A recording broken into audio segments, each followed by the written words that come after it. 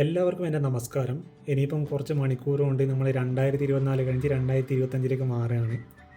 ഞാനിപ്പോൾ U കെയിലുള്ള 2 മാസമായിട്ടാണ് U കെയിൽ എത്തിയിട്ടുള്ളൂ.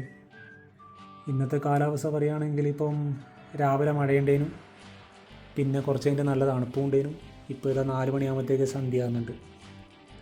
അതെല്ലാം വിട്ടേക്ക്. ഞാനിപ്പം ഈ വീഡിയോ കൊണ്ട് ഉദ്ദേശിക്കുന്നതെന്ന് വെച്ചാൽ, എന്നെപ്പോലെ തന്നെ ഡിപ്പെൻഡ് വിസയിൽ ഇവിടെ വന്നവർക്ക് ഫസ്റ്റത്തെ പ്രശ്നം എന്ന് വെച്ചാൽ ഒരു ജോബ് എങ്ങനെ കണ്ടുപിടിക്കാം. ജോബ് കിട്ടുന്നുണ്ട്, പക്ഷേ ഇപ്പം എല്ലാവർക്കും എന്ന് വെച്ചാൽ കെയർ ഹോം വർക്കറായിട്ടൊന്നും പോകേണ്ട ഒരു ഇൻട്രസ്റ്റ് ഉണ്ടാവില്ല. ഏത് ജോലി ചെയ്യുന്നതിനോ ഒരു അഭിമാനക്കുറവൊന്നുമില്ല, അങ്ങനത്തെ ഒരു പ്രശ്നമില്ല. പിന്നെ ഞാനിപ്പം പറയുന്നത് വെച്ചാൽ, ഇപ്പം ഡിപ്പെൻഡ് വിസയിൽ വന്ന, അതായത് നമ്മളെ ഗൾഫിലോ അല്ലെങ്കിൽ ഇന്ത്യയിൽ തന്നെ വർക്ക് ചെയ്തവർക്കെന്ന് വെച്ചാൽ ഇവിടെ വന്നാൽ പെട്ടെന്നൊന്ന് നിൽക്കണമെങ്കിൽ ഫസ്റ്റ് വേണ്ട ഒരു സംഭവം എന്ന് വെച്ചാൽ എങ്ങനെയെങ്കിലും ഡ്രൈവിംഗ് ലൈസൻസ് എടുക്കണം. അപ്പോൾ ഡ്രൈവിംഗ് ലൈസൻസ് പുറത്തുനിന്നൊക്കെ പറയുന്നത് വെച്ചാൽ ഡ്രൈവിംഗ് ലൈസൻസ് എടുക്കുന്നത് വെച്ചാൽ ഭയങ്കര ടഫാണ്. തിയറി ടെസ്റ്റ് എത്രയോ പ്രാവശ്യം ഫെയിലായി വരേണ്ടത്. പക്ഷേ ഇതൊന്നും മൈൻഡ് ചെയ്യേണ്ട ആവശ്യമില്ല.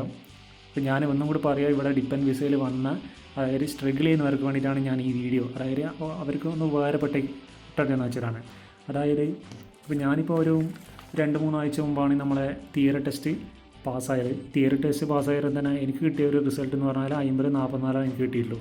അത് ഞാൻ അത്യാവശ്യം എന്ന് വെച്ചാൽ പഠിച്ചിട്ടില്ല എന്ന് തന്നെ പറയാം. എന്താണെന്ന് വെച്ചാൽ, ഇപ്പോൾ എക്സാമിൻ്റെ 2 ദിവസം മുമ്പാണ് ഞാൻ ഇതിൻ്റെ യൂസ്ഫുള്ളായിട്ടുള്ളൊരു ആപ്പ് ഉണ്ടായിരുന്നു. അതായത് ഈ ഡ്രൈവിംഗ് തിയറി ടെസ്റ്റിൻ്റെ മോക്ക് ടെസ്റ്റൊക്കെ ചെയ്യാൻ പറ്റുന്ന ഒരു ആപ്പ്. ആ ആപ്പ് ഡൗൺലോഡ് ചെയ്തിട്ട് അതിനൊരു 5 പൗണ്ട് കൊടുക്കേണ്ടതെന്ന്. അത് കുഴപ്പമില്ല, അത് യൂസ്ഫുള്ളാണ്. അത് മാത്രം വെച്ചിട്ട് പഠിച്ചാണ് ഇത് പാസ്സാകുന്നത്. എനിക്ക് തോന്നുന്നത് എല്ലാവരും ഇതുപോലെ തന്നെയായിരിക്കും. എന്നാലും ഞാൻ ഒന്നും കൂടി ജസ്റ്റ് ഒന്നും പറഞ്ഞെന്നുള്ളൂ. പിന്നെ ഇതിന് 2 പാർട്ടാണ് കേട്ടോ. ഈ മൾട്ടിപ്പിൾ ചോയ്സിൻ്റെ അസാഡ് പെർസെപ്ഷൻ ഉണ്ട്. അതുപോലെ തന്നെ ഈ മൾട്ടിപ്പിൾ ചോയ്സിൽ 50 ക്വസ്റ്റ്യൻസ് ഉണ്ട്. പിന്നെ അതുപോലെ തന്നെ അസാഡ് പെർസെപ്ഷനിൽ 14 വീഡിയോ ക്ലിപ്സ് ഉണ്ട്. അത് ഞാൻ കുറച്ച് കഴിഞ്ഞിട്ട് കാണിച്ചു തരാം, എന്താണ് ഈ അസാഡ് പെർസെപ്ഷൻ എന്ന് പറഞ്ഞാൽ. പിന്നെ എന്താണെന്ന് വെച്ചാൽ, ഇവിടെ നമ്മൾ ഫസ്റ്റ് കാര്യം നമ്മൾ ഒബ്സർവ് ചെയ്യേണ്ട കാര്യം എന്ന് വെച്ചാൽ, ഈ നമ്മുടെ റോഡിലൂടെ നടക്കാൻ തന്നെ ഒരുപാട് റോഡ് സൈൻ ഉണ്ട്. ആ സൈൻ ബോർഡ് നോക്കിയിട്ട് തന്നെ കുറേ കാര്യങ്ങൾ മനസ്സിലാക്കാം. അതുപോലെ തന്നെ ഇപ്പോൾ യു കെയിൽ എസ്പെഷ്യലി നമ്മൾ റൗണ്ട് അബൌട്ട്സ് എന്ന് പറഞ്ഞിട്ട് കാണിക്കണ്ടല്ലേ. ഈ റൗണ്ട് അബൌട്ട് നമ്മുടെ നാട്ടിലില്ല എന്ന് തന്നെ പറയാം.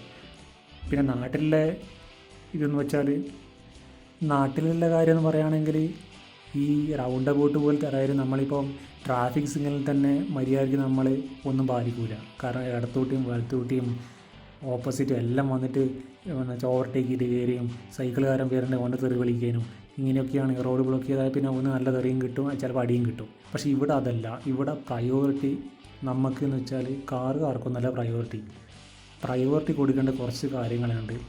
ഒരു ഹോഴ്സ് റൈഡേഴ്സ്, അതായത് ഒരു കുതിരക്കാരൻ വന്നാൽ, പിന്നെ ഒരു സൈക്കിൾ കൊണ്ട് വന്ന ഒരുത്തനാണെങ്കിലും, അതുപോലെ തന്നെ കാൽനടക്കാരാണെങ്കിലും, ഇവർക്കൊക്കെ നന്നായിട്ട് പ്രയോറിറ്റി കൊടുക്കണം. കാരണം വെച്ചാൽ ഇപ്പോൾ റൗണ്ട് അബൌട്ട് ഇതിലിപ്പോൾ ഒരു കുതിരക്കാർ ഹോഴ്സ് റൈഡേഴ്സ് അവിടെ നിൽക്കുകയാണെങ്കിൽ പുള്ളി റൈറ്റിലേക്ക് സിഗ്നൽ കാണിച്ചിട്ട് പുള്ളി റൈറ്റിലേക്കാന്ന് പറഞ്ഞാൽ നമ്മൾ ലെഫ്റ്റിലേക്ക് എടുത്തിട്ട് പോകാൻ പാടില്ല. എന്താണെന്ന് വെച്ചാൽ കുതിരേൻ്റെ നമുക്കിപ്പം പറയാൻ പറ്റില്ല ഇടത്തോട്ടോ വലത്തോട്ടോ ഓടുകയെന്ന് അറിയില്ല. അപ്പോൾ ഇതൊക്കെ ചിന്തിച്ചിട്ട് വേണം ഈ തിയറി ടെസ്റ്റിലേക്ക് പോകാൻ. കാരണം തിയറി ടെസ്റ്റ് നമ്മൾ പഠിക്കുകയാണെങ്കിൽ ഒരുപാട് കാര്യങ്ങൾ മനസ്സിലാക്കുന്നുണ്ട് കേട്ടോ. പിന്നെ ഞാനത് ഡൗൺലോഡ് ചെയ്ത ഒരു ആപ്പാണിത്. ഈ ആപ്പിൽ നിങ്ങൾക്ക് കാണാൻ പറ്റുന്നുണ്ടാവില്ല, 772 ക്വസ്റ്റ്യൻസ്, അതായത് 10-700 ക്വസ്റ്റ്യൻ തന്നെ പറയാം. ഈ 700 ക്വസ്റ്റ്യൻ നിനക്ക് കാണുമ്പോൾ ചിലപ്പം എല്ലാവരും വിചാരിക്കും, 700 ക്വസ്റ്റ്യൻ എങ്ങനെ പഠിക്കാനാണ്. പ്രത്യേകിച്ച് എന്ന് വെച്ചാൽ, ഞാൻ ഒന്നും കൂടി പറയാം, ചിലവർക്ക് ഇപ്പോൾ ഇംഗ്ലീഷിൽ പെട്ടെന്ന് വായിച്ചിട്ട് ചിലപ്പോൾ മനസ്സിലാവില്ല. പക്ഷേ കുഴപ്പമില്ല, നമുക്ക് കുറച്ചൊന്ന് ഹാർഡ് വർക്ക് ചെയ്താൽ മതി. ഇപ്പം ഇംഗ്ലീഷ് ഇപ്പം വായിച്ചിട്ട് പെട്ടെന്ന് മനസ്സിലാകാൻ 2-3 പ്രാവശ്യം നമുക്ക് ഒന്നും കൂടി റിപ്പീറ്റ് ചെയ്ത് വായിക്കുക. അല്ലെങ്കിൽ മനസ്സിലായില്ലെങ്കിൽ അടുത്തുള്ള, അതായത് ഇപ്പം വൈഫിനോട് ആരോടും ചോദിച്ചിട്ട് നമുക്ക് ഒന്നും കൂടി ക്ലിയർ ചെയ്യാം. പിന്നെ അതിന് ശേഷം നമ്മൾ മോക്ക് ടെസ്റ്റിലേക്ക് പോവുക. ഇപ്പം ഇത് വേണ്ട, ഇതുപോലെ തന്നെ ഇപ്പോൾ ടൈമർ ഓടും. അതുപോലെ തന്നെ ഇപ്പം നമ്മളിപ്പം ഈ ടെസ്റ്റിനൊക്കെ പോകുമ്പോൾ ഈ ടൈമറൊന്നും കണ്ടിട്ട് ബേജാറൊന്നും വേണ്ട. നമുക്ക് നല്ല ടൈം കിട്ടും. നന്നായിട്ട് ക്വസ്റ്റ്യൻ വായിച്ചു നോക്കുക. പിന്നെ ഈ ആപ്പ് നോക്കിയിട്ട് നന്നായിട്ട് പഠിച്ച കൊണ്ട് മാത്രമായില്ല, പിന്നെ അവിടെ എത്തിയിട്ട്, അതായത് സെൻറ്ററിൽ എത്തിയിട്ട് നമ്മൾ ആ കമ്പ്യൂട്ടറിന് മുമ്പിൽ ഇരുന്നാൽ ഈ ക്വസ്റ്റ്യൻ വന്നാൽ ചിലപ്പോൾ നമ്മൾ വായിക്കുമ്പോൾ കുറച്ച് ഹിൻസ് പോലൊക്കെ തോന്നിയാൽ, ഇത് ഞാൻ എവിടെ കണ്ട ഒരു ക്വസ്റ്റ്യനാണെന്ന് പറഞ്ഞിട്ട് അപ്പാടെ തന്നെ കയറിച്ചിട്ട് ആൻസറൊന്നും ക്ലിക്ക് ചെയ്യാൻ പാടില്ല. കാരണം വെച്ചാൽ ചിലപ്പം ഇവിടെ എസ് ഓർ നോ, അതായത് ചിലപ്പോൾ നമ്മളൊന്ന് കൺഫ്യൂഷൻ ആക്കുന്ന വിധത്തിലൊരു ക്വസ്റ്റ്യൻ വരാൻ ചാൻസ് ഉണ്ട്. അപ്പോൾ നന്നായിട്ടൊന്ന് വായിക്കുക. അപ്പോൾ നന്നായിട്ട് വായിച്ച ശേഷം മാത്രമേ ആൻസറിന് കൊടുക്കാൻ പാടുള്ളൂ. പിന്നെ അതിൽ തന്നെ ഒരു ഫ്ലാഗ് ഓപ്ഷനൊക്കെ ഉണ്ട്. അതുകൊണ്ട് പേടിക്കേണ്ട ആവശ്യമില്ല. നമുക്ക് ഡൗട്ട് ഉണ്ടെങ്കിൽ അത് ഫ്ലാഗ് ചെയ്തിട്ട് പിന്നെ എല്ലാ ക്വസ്റ്റ്യനും അറ്റൻഡ് ചെയ്ത ശേഷം അതിന് ശേഷം ഈ ഫ്ലാഗ് ചെയ്ത ക്വസ്റ്റ്യനിലേക്ക് നമുക്ക് വന്നിട്ട് അതും ക്ലിയർ ചെയ്തിട്ട് കൊടുക്കാം. പിന്നെ ഈ തിയറി ടെസ്റ്റ് കഴിഞ്ഞ ശേഷം, അതായത് മൾട്ടിപ്പിൾ ചോയ്സ് 50 ക്വസ്റ്റ്യൻ അറ്റൻഡ് ചെയ്ത ശേഷം നമ്മൾ നേരെ പോകേണ്ടതെന്ന് വെച്ചാൽ അസാഡ് പെർസെപ്ഷനാണ്. ഈ അസാഡ് പെർസെപ്ഷനിൽ ഞാൻ പറഞ്ഞിട്ടുണ്ടല്ലോ, ഈ സ്കോർ ചെയ്യുന്നതെന്ന് വെച്ചാൽ പ്രത്യേകം ശ്രദ്ധിക്കുക. എന്ന് വെച്ചാൽ അതിപ്പോൾ എന്ന് വെച്ചാൽ നമ്മൾ വണ്ടി ഓടിക്കാത്തവരാണെങ്കിൽ ചിലപ്പോൾ ഒരു കൺഫ്യൂഷനൊക്കെ വരാൻ ചാൻസ് ഉണ്ട്. എന്തുകൊണ്ടാണെന്ന് വെച്ചാൽ ഇപ്പോൾ നമ്മൾ റോഡിലുള്ള ഇപ്പോൾ ഡ്രൈവർ ആണ് മാത്രമേ നമ്മൾ റോഡിനോട് കറക്റ്റ് ചിന്തിക്കും. അതായത് റോഡിൻ്റെ ലെഫ്റ്റും റൈറ്റും എല്ലാം നോക്കുക. ഇപ്പോൾ ഇവിടുത്തെ ഒരു ഉദാഹരണം പറഞ്ഞാൽ നമ്മൾ ഓടിച്ച് പോകുന്നതെന്ന് വെച്ചാൽ റോഡ് മേൽ, അല്ലെങ്കിൽ എന്നുവെച്ചാൽ ബൈക്ക് ഓടിച്ച് പോകുന്നത്, ആ ടൈമിൽ ഒരു സൈക്കിളുകാരെ സൈഡിൽ നിന്ന് കയറി വരുന്നത് അതായത് പോക്കറ്റ് റോഡിൽ നിന്ന് നമ്മളെ മെയിൻ റോഡിലേക്ക്, അതൊരു അസാഡായിട്ട് നമ്മൾ കണക്കാക്കണം. അല്ലെങ്കിൽ ഒരു ഫയർ എഞ്ചിൻ സൈഡിലോട്ട് വരുന്നുണ്ട്, അതൊരു അസാഡാണ്. അല്ലെങ്കിൽ ഒരു ഡോഗ് റോഡിൻ്റെ സൈഡിൽ നിൽക്കുന്നുണ്ട്, ചിലപ്പോൾ അത് ക്രോസ് ചെയ്യാനുള്ള ചാൻസ് ഉണ്ട്, അതൊരു അസാഡാണ്. അപ്പോൾ ഇങ്ങനെ നമ്മൾ ആ വീഡിയോ ക്ലിപ്പ് 2-3, അതായത് എല്ലാ വീഡിയോ ക്ലിപ്പും, അതായത് ഇതിലിപ്പോൾ എന്ന് വെച്ചാൽ ഞാൻ പറഞ്ഞ ആപ്പിലുള്ള എല്ലാ വീഡിയോ ക്ലിപ്പും ഒന്ന് ചെയ്ത് നോക്കുക. അപ്പോൾ അതിനുശേഷം നമുക്കൊരു ഐഡിയ കിട്ടും. അപ്പം പിന്നെ വേറെ കാര്യം, നമ്മൾ ആ മോണിറ്ററിൽ ഇപ്പം കേഴ്സറും കാര്യങ്ങളൊന്നും ഉണ്ടാവില്ല. ഇത് ഞാൻ പറഞ്ഞിട്ടുണ്ടല്ലോ, ക്ലിക്ക് ചെയ്യുകയാണ് ചെയ്യേണ്ടത്. അസാഡ് കാണുമ്പോൾ തന്നെ നമ്മൾ ക്ലിക്ക് ചെയ്യാം. അപ്പോൾ ഇപ്പോൾ ഒരു ഉദാഹരണം കാണിക്കാം.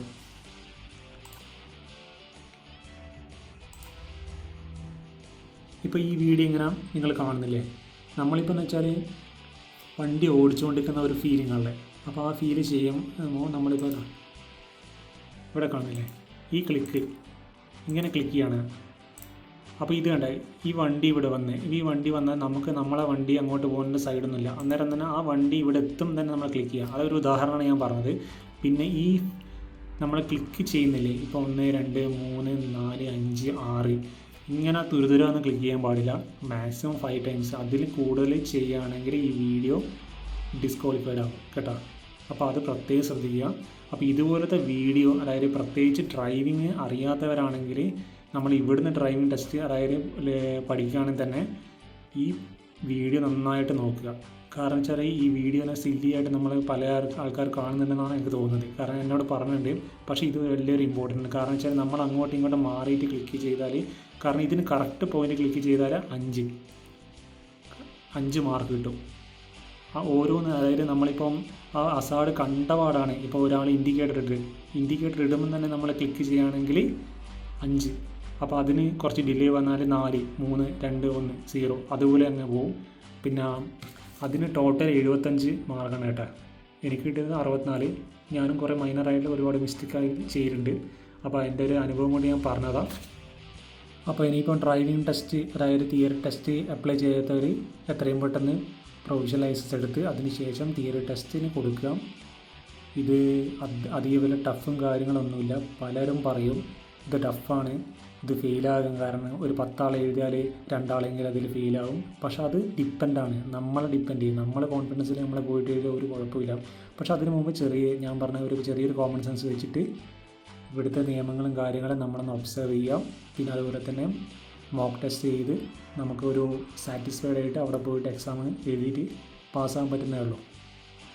അതുകൊണ്ട് തന്നെ ഞാനിവിടുത്തെ വീഡിയോ വൈൻഡപ്പ് ചെയ്യാണ്. ഞാൻ അധികം കൂടുതലായിട്ട് നീട്ടുന്നില്ല. ഇതെല്ലാവർക്കും അറിയുന്ന ഒരു സംഭവം എന്നറിയാം. എന്നാലും ഞാൻ ഒന്നും കൂടി പറയാം, ഇവിടെ പുതിയതായിട്ട് വന്നവരൊക്കെ എന്ന് വെച്ചാൽ ചിലവർക്ക് ഇതിനെപ്പറ്റി ഒന്നും ഐഡിയ ഉണ്ടാവില്ല. അപ്പോൾ അവർക്ക് വേണ്ടിയിട്ടാണ് ഇത്. ഇഷ്ടപ്പെട്ടിട്ടുണ്ടെങ്കിൽ ലൈക്ക് ചെയ്യുക.